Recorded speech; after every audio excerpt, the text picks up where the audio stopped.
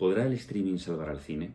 En los últimos años se ha reflexionado mucho sobre cómo el streaming, especialmente los grandes canales y muy populares canales de streaming, están dañando al cine, en especial su distribución en grandes pantallas. Hay tres hitos en la relación del streaming con lo que es el cine o la proyección en pantallas. Primero tiene lugar a finales de los años 60 y primero de los 70, en lo que se dio a llamar el nuevo Hollywood.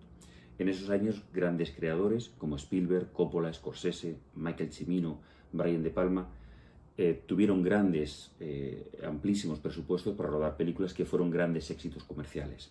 Según avanzamos en la década de los 70, nos encontramos que ese cine de alto presupuesto, hecho por grandes estudios, lo que se fue a llamar el nuevo Hollywood, fue decayendo. Cada vez menos gente acudía a ver esas películas que podían ser más o menos interesantes, pero que para nada llenaban las salas. Hubo estudios como Universal, Warner, Paramount, que entraron en unas profundas crisis económicas y se vieron obligados a limitar o a moderar los presupuestos que entregaban estos grandes creadores. Hubo una reflexión entonces, estamos hablando en la década de los años 70, la década de los 70, sobre cómo el cine en pantalla tendería a desaparecer. ¿Quién salvó el cine entonces? Lo salvó lo que son los VHS, lo que eran los antiguos vídeos. Aunque fueron creados en los primeros años, en los primeros momentos de la década de los 70, tuvo que ser, según avanzase la década, cuando se popularizaron. Es decir, todas las familias, o muchas familias, tanto en Estados Unidos como en Europa, tenían esos pequeños aparatos que lo que hacían era reproducir películas en casa. Y eso permitió la salvación de muchos de estos autores, la salvación de muchos de estos estudios, ya que las películas tenían una doble vida comercial. Es decir, no solo se buscaba una rentabilidad en las grandes pantallas, sino también a través del VHS. Según seguimos avanzando, en la década de los 80 fue una época de una gran expansión, una gran comercialización de películas, como puede ser la serie Regreso al Futuro, Indiana Jones, Cazafantasmas, las primeras películas de Tom Hanks, las primeras películas de Tom Cruise, que más allá de la calidad de las mismas fueron grandes hits, grandes éxitos comerciales que llenaron las pantallas. Pero según avanzamos en la década de los 80, también hubo un declive en este cine.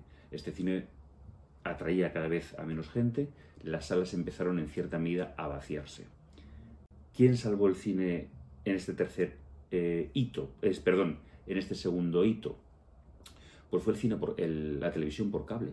La televisión por cable, aunque su origen se encuentra en los años 50, fue en esta década de los 80, sobre todo en Estados Unidos, sobre todo en Canadá, sobre todo en Japón, cuando dieron esa segunda oportunidad, esa segunda vía de financiación a estos proyectos cinematográficos. De alguna manera, esta televisión por cable, es decir, el consumo de cine en los hogares, salvó el cine, llamámosle, en exhibición en grandes salas.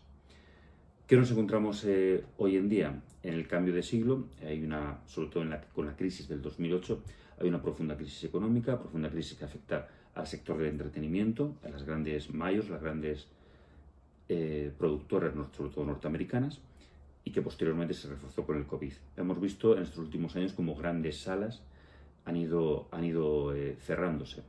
Es muy conocido como en una reciente entrega de los Oscar, Steven Spielberg habló con Tom Cruise y le dijo: "Has salvado el cine en pantalla grande", debido a los éxitos con Misión Imposible o Top Gun.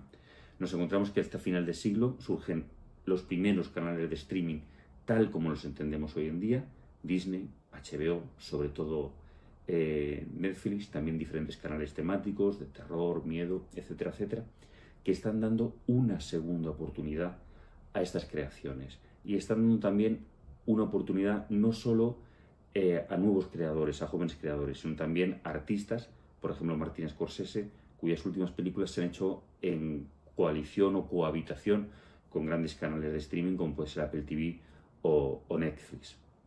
Lógicamente encontramos directores como Tim Baker, Corbett, Tarantino, Nolan, que son unos grandes defensores del cine en pantalla. Lógicamente el cine en pantalla no debe desaparecer.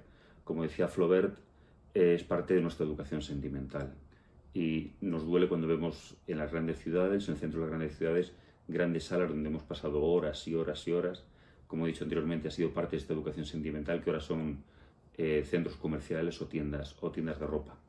Pero también nos encontramos, en mi opinión, que estas cadenas de streaming están dando no solo una nueva oportunidad para estos cineastas, que de otra manera cineastas veteranos no encontrarían una financiación para hacer sus proyectos, sino también jóvenes creadores que encuentran que a través de las salas y a través del streaming, del estreno en casa, una doble vía de financiación, es decir, posibilidades de filmar algo que de otra manera sería totalmente imposible si buscasen solo la rentabilidad en las grandes salas.